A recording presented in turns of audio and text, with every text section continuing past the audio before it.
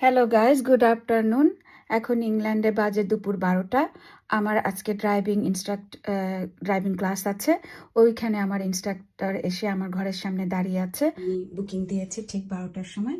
আমার ইনস্ট্রাক্টর এসে আমার জন্য অপেক্ষা করছে। ওই যে ওখানে আপনারা দেখতে পাচ্ছেন। আমি ওনার সাথে যাব। আমি প্রায় 1.5 আওয়ার ড্রাইভিং শিখব। আর আমি অন্যদিন চালিয়ে আবার বাড়িতে আসি, কিন্তু আজকে আমি আর তা করব না, কারণ আমি যেখানে আমার ড্রাইভিং টেস্টটা হবে সেইখানে আসলে আমার বাসা যেখানে সেখান থেকে আসলে আমার যে ড্রাইভিং প্র্যাকটিক্যাল টেস্টটা যেখানে হবে সেই জায়গাটা ওখান থেকে অনেক দূরে। তো এই কারণে আমার